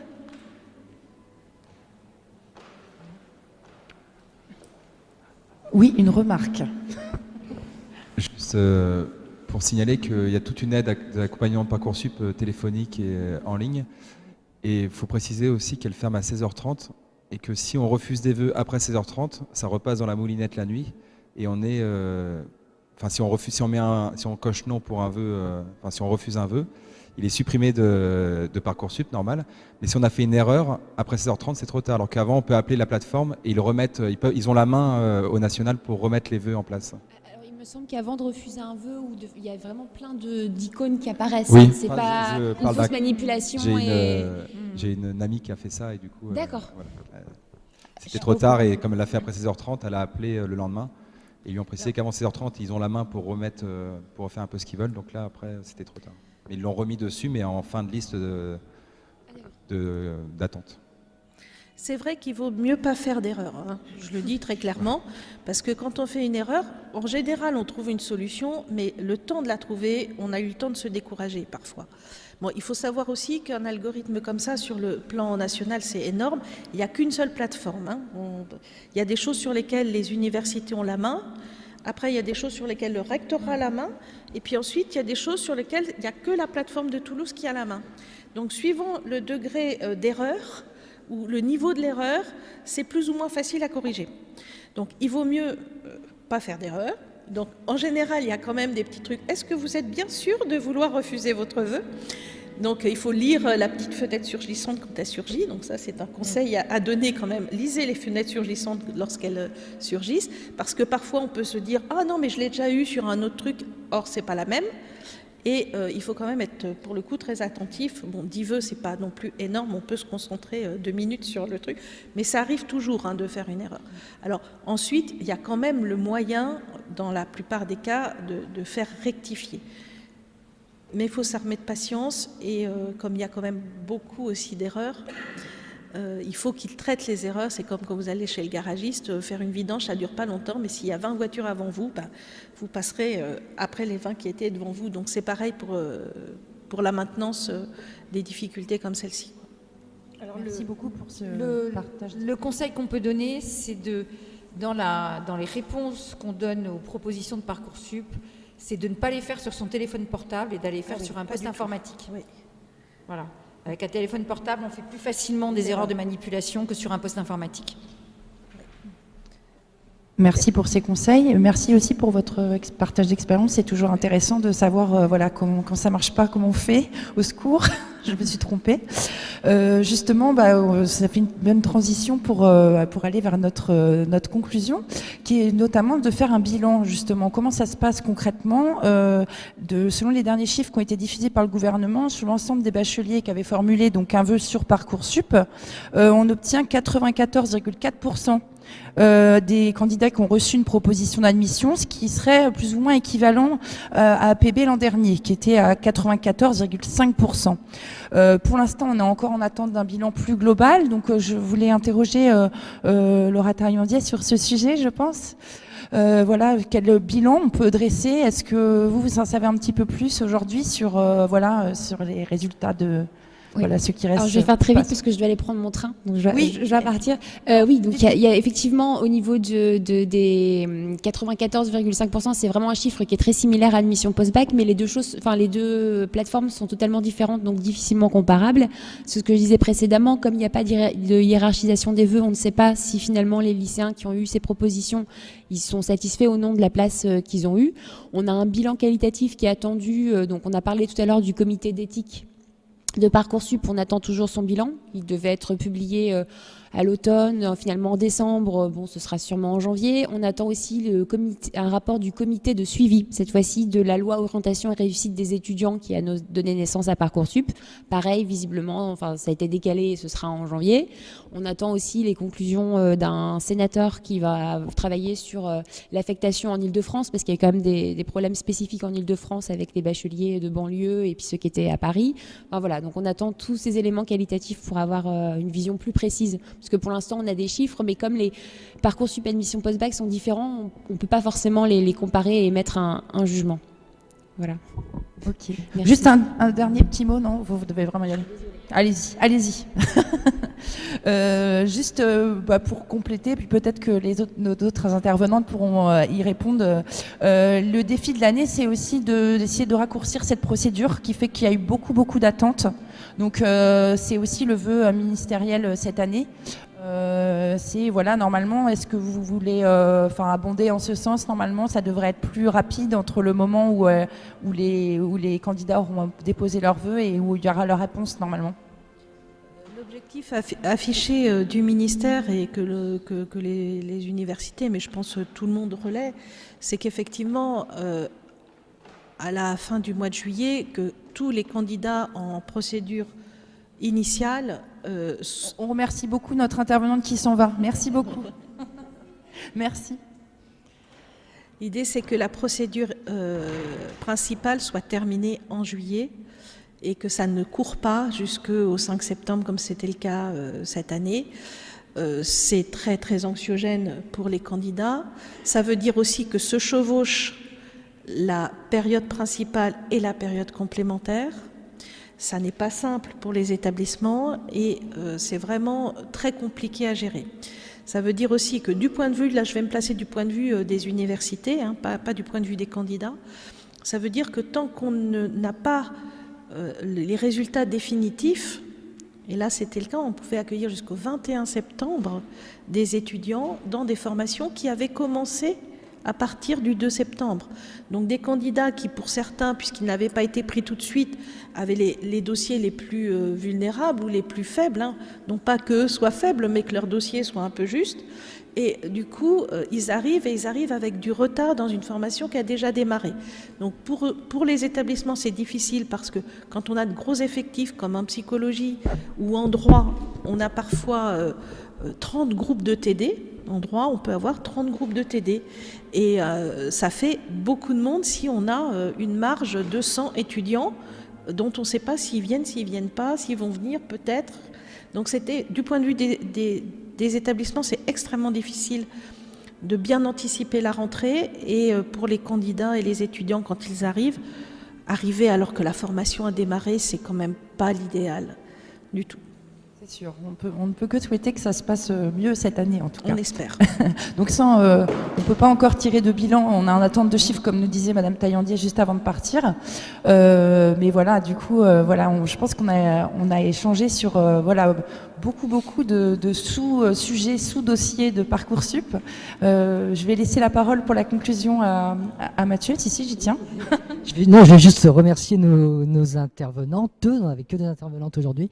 Et aussi nos animatrices. Merci beaucoup pour ce débat. Juste vous signaler que le prochain off des Assises aura lieu le 19 janvier dans le cadre de Blogging Tour. Ça sera dans un autre très beau lieu de Tours, le Grand Théâtre, autour du thème « Est-il vraiment possible de s'informer via les réseaux sociaux ?» Intéressant.